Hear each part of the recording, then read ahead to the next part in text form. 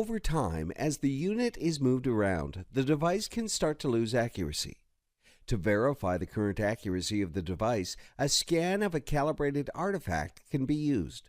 This video will demonstrate the procedure for compensating the cobalt to bring the device back to maximum accuracy or immediately upon changing lenses. For maximum accuracy, the unit should be compensated in a temperature environment similar to that of the measuring environment. Lay calibration plate carrying case on a flat surface. Unsnap clips to unstrap the case. Lift off the top of the case. Take the calibration plate out and set it on a flat surface with the white dots facing upwards. Be careful to not touch the white dots. Remove the top foam layer. Underneath will be the calibration certificate as well as the calibration position templates. Next, remove the calibration plate stands. Choose the calibration position template for the corresponding lens set that you'll be using. Each template has a notation for which lens set it is to be used. For example, 250 mm or 500 mm. Place the calibration template on a flat surface, roughly 400 mm from the front edge of the imager to the start line on the template, with the number 1 line closest to the imager. Use some tape to tape down the corners of the calibration template so it does not move during the calibration process. Now, take the calibration dot plate stands and place one on each end of the dot plate. The serial number of the plate is at the top. Note, when putting on the stands, a minor amount of force may be needed to put them on. However, take careful note to ensure you don't touch the white dots of the calibration plate.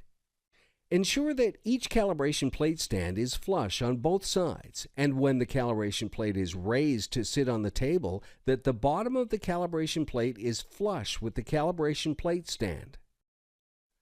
Place the calibration plate on the calibration template start line, with the vertical white line on the center of the dot plate placed on the center gray line of the calibration template.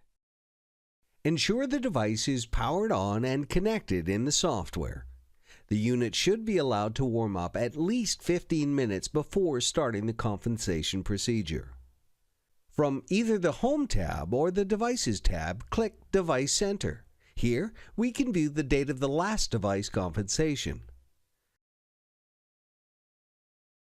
To open the imager properties, click on the large square icon corresponding to the desired imager.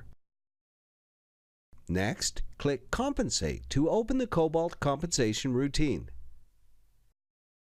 Ensure the correct dot plate file is selected. The number seen in the compensation window should match the serial number on the back of the dot plate.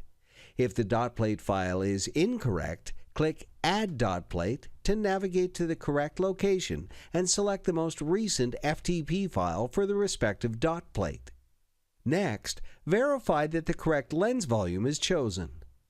Lastly, choose either Quick Mode or Full Mode for the compensation routine. Quick Mode allows for the compensation to be performed at an abbreviated number of positions. However, no accuracy is lost. At this point, the cobalt's crosshairs have been activated and can be used to place the cobalt in the correct position for compensation.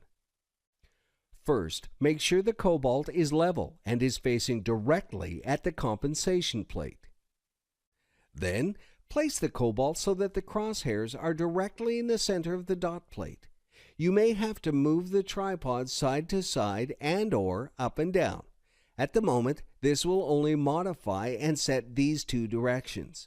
This can be done by adjusting the pan and tilt on the tripod. Once the crosshairs are located in the center of the calibration dot plate, use the screen on the computer to fine-tune the distance of the cobalt to the dot plate. The cobalt is at the optimum calibration distance when the crosshairs are inside the red square. Note, if the crosshairs cannot be seen clearly, hold a white sheet of paper directly in front of the calibration plate. To verify that the cobalt and the dot plate are in the correct position, The dot plate can be moved to the closest position and then to the furthest to ensure the crosshair is in the exact same position on the dot plate. Once this distance between the cobalt and the calibration plate have been set, click Start on the screen. This first step will take a scan of the dot plate in the start position. Once this is completed, the instructions on the screen will tell you to move the dot plate to position number 1. Once the dot plate has been moved, press Continue. This will take an additional scan, and this will be the same procedure for all required scans. Note, after each scan, the calibration dot plate is moved to its corresponding position with vertical line on the bottom of the dot plate lined up with the center gray line on the calibration position template. If at any point in time the message Unstable Fringe Image Capture appears, make sure that neither the cobalt or the dot plate are moving and that nothing is moving near the back side of the dot plate. Any physical movement in the dot plate or the cobalt, or any movement sensed by the camera behind the calibration dot plate, can be interpreted as movement during the scans. If this occurs, click OK, and then click Continue to take another scan at the same position. Do not move the calibration plate until that particular step has been completed. Once all required scans have been completed, the software will process the data. Press Exit to accept the calibration results and end the calibration procedure.